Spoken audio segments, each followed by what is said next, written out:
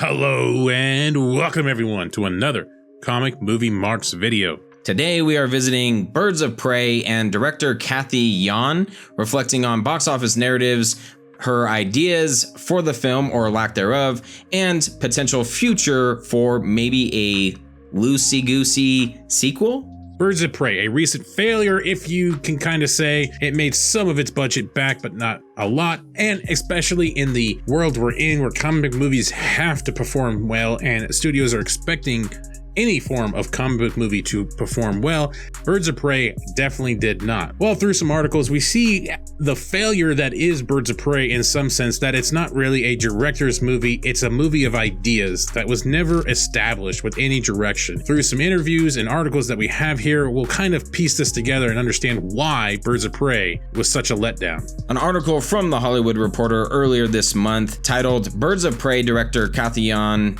reflects on box office narratives.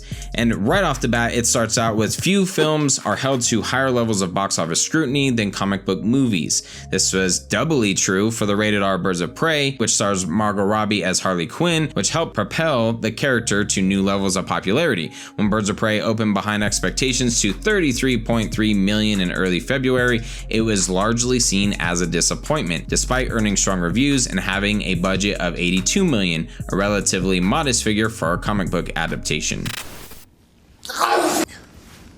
I'm sorry, I'm allergic to bullshit. Joker was between 50 and 60, that's modest. Shazam was almost 90, and it had a lot more to it. The fact that Birds of Prey's budget was $82 million, and we got what we got for a rated R comic book movie, yeah, very modest. Can't tell the bias at all in Brian Davids, the guy with two first names. So obviously Cathy Yan was an independent filmmaker. She was brought onto Birds of Prey in kind of odd circumstances when you think about the fact that Margot Robbie was the focus of this movie, and this was essentially her idea. Cathy Yan was asked about the disappointment and the narratives that emerged from this movie, and she said, "I know that the studio had really high expectations for the movie, as we all did. There were also undue expectations on a female-led movie. What? And what I was most disappointed in was the idea that perhaps it proved that we weren't ready for this yet." What? So she's ignoring the fact that Wonder Woman and Captain Marvel did pretty fucking well. I know Captain Marvel shouldn't, so a lot of people forget about that it made $1 billion, because it sure in the hell shouldn't, because it was such a terrible movie. But Wonder Woman was an exceptional movie and made quite a bit of money. She continues, "That was an extra burden that as a woman of color director, I would have never guessed." So yes, I think there were certainly different ways you could interpret the success or lack of success of the movie, and everyone has the right to do that, but I definitely do feel that everyone was pretty quick to jump on a certain angle.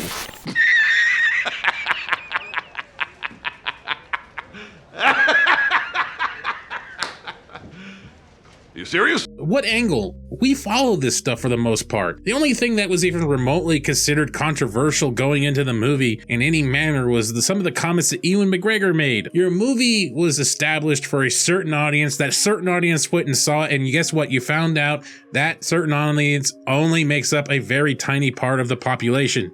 You have some comic book nerds, but you totally left those people out to the dust for your ideas of what you thought this movie should be. So Mr. Davids continues with the interview, "I'm curious about expectations versus reality. When you think back to your expectations of how this entire experience would go, what differences surprised you the most in retrospect?" Cathy answers, "I guess it's hard to answer that question because I'm not really sure what I expected. What was definitely beyond expectations was some of the positive stuff, such as the real global reach of the film and getting really wonderful notes from people around the world who felt they were seen for the first time in a movie like this.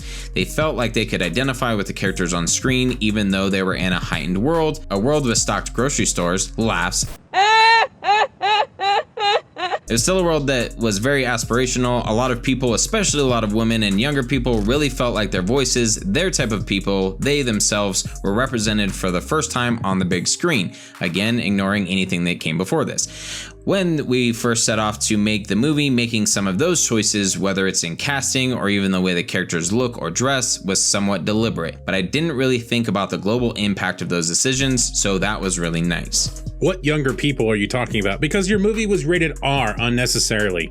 It was written for teenagers and younger women, but they couldn't go see it because you had it rated R because you wanted to throw a couple fucks in there. When you think about this and you think about the people that would actually take the time to give you these notes, this is a very finite amount of people. Your movie is directed towards a very small amount of individuals. And as Shane said, a lot of this has already been done. You're not breaking ground at all here with your movie. It's great to have people of different backgrounds, different ethnicities represented on a film. That should not be the intent of the film. You have the core of the film, especially as Matt mentioned, this movie could have benefited from being PG-13. You bring in the comic book audience and maybe some of their kids, and then you show this group of women, powerful women on screen, more or less the background of the actual movie that you're trying to deliver. But that was the main focus, is to have these women on screen and kind of come together, and it lacked everything else.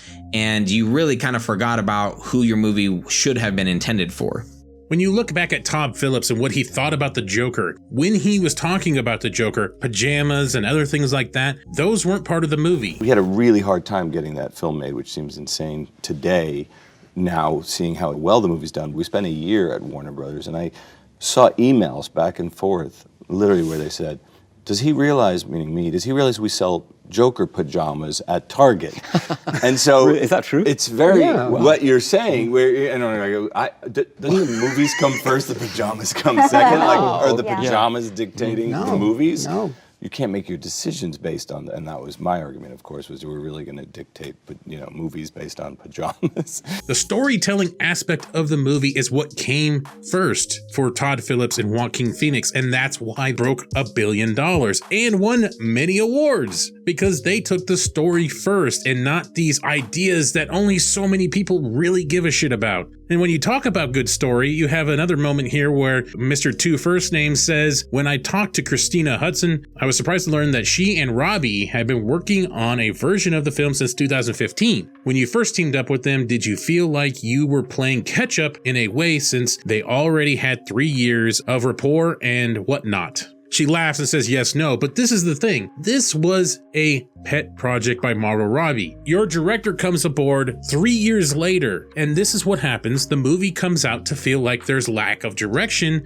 and just ideas thrown together in a pot. David's even asked, did the studio have any requests for you as far as the DC Extended Universe is concerned? Did they encourage some connectedness, which you ultimately fulfilled by honoring the events of Suicide Squad more than most people probably expected? And her response, she says yes and no. They were pretty supportive and hands-off in terms of that specific thing of having it connect to this film, the next film, or anything like that. We paid homage where we felt it was appropriate, and such a cheeky, irreverent movie that breaks the fourth wall. The studio doesn't really care if you have it connected to anything, so just make your damn movie. At the same time, this is a pet project from Margot Robbie, so yes, it needs to have these characters in it, but it doesn't need to have these. So again, lack of direction. Even the studio's like, yeah, whatever, we don't care if it's connected or not. And this comes back to the fact that they try to disconnect themselves so much from Suicide Squad and that connective universe. Again, lack of direction at WB and DC about how these movies are presented. The incompetence when it comes to WB and DC, it just keeps showing more and more. Recently, David Ayer even said in a response to somebody saying, yo, David, Birds of Prey will make $500 million less than Suicide Squad. He says, look, a lot of people created distance from Squad and it hurt, but this is a business, not a hug box. It's a business. I'm an easy target. Keep shooting. In a world where Warner Brothers wishes Jared Leto never existed. In fact, where all of Suicide Squad was a lie. Forget it ever happened. This is what makes you be concerned a little bit for the future of the DC Extended Universe, or whatever you want to call it, the DC Universe, when the studio has no... Worlds of DC. Yeah, I guess. When the studio has no direction for a movie, and as much as I enjoy Margot Robbie's take on Harley Quinn, they're still allowing her to pretty much say, yeah, this is how the direction you can take our films, and we don't really care if it's connected to anything or not. But yet, in this interview, David's asked Kathy Yan about the scene and the club club where Roman stops to demean and humiliate a woman by the name of Erica. She says, "We had to fight to keep that scene because it was uncomfortable. It was risky. We had to fight to keep it at all. There are cuts of the movie even without it." So to summarize, DC didn't want their rated R movie to be uncomfortable.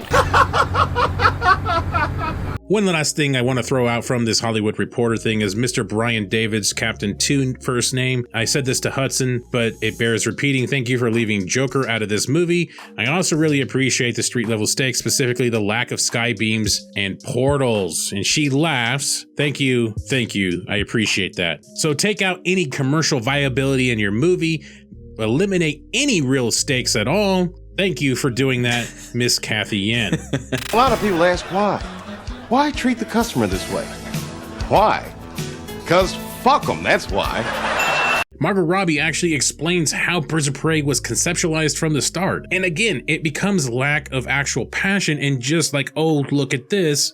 My toy box has some new stuff in it, and now I want to play with these toys instead. Robbie says, during Suicide Squad, when we go to Comic-Con and such, I started to realize there was just a huge fan base for Harley. Whilst I was researching the character, I started to read Birds of Prey, and first I fell in love with Huntress, and I started looking into all of that. I was like, wow, there's so many cool female DC characters, and no one knows anything about them. So what if we had a platform for fans to get to know and fall in love with some of these other amazing women? Focusing on the Gotham City Sirens, there were only 3 of us, and we were all well known, whereas Birds of Prey, you can pick any grouping for that, and I thought that might be the perfect platform to introduce some female characters who might really have some legs in the DC universe. Birds of Prey director Kathy Yen has plans for a sequel exploring Harley Quinn's relationship with Poison Ivy and Catwoman, basically going back to the Gotham City Sirens. So now they're gonna go back to what David Ayers originally proposed was a Gotham City Sirens movie. Does Birds of Prey even deserve a sequel? No.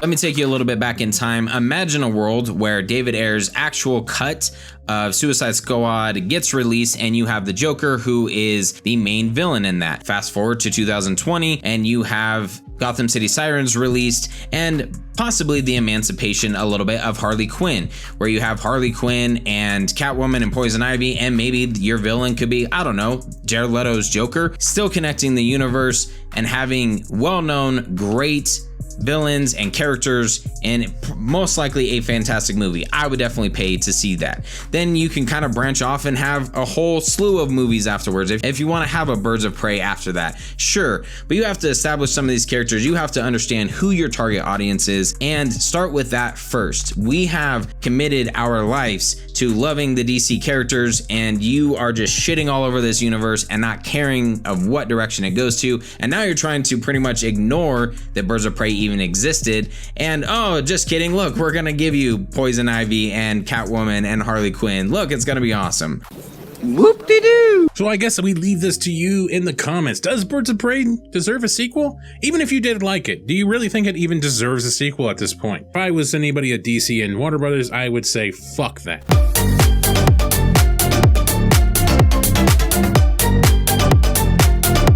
If you like what you guys heard, make sure you like, share, and subscribe. Hit that stupid little bell, because apparently that little bell is way important. It wields the power.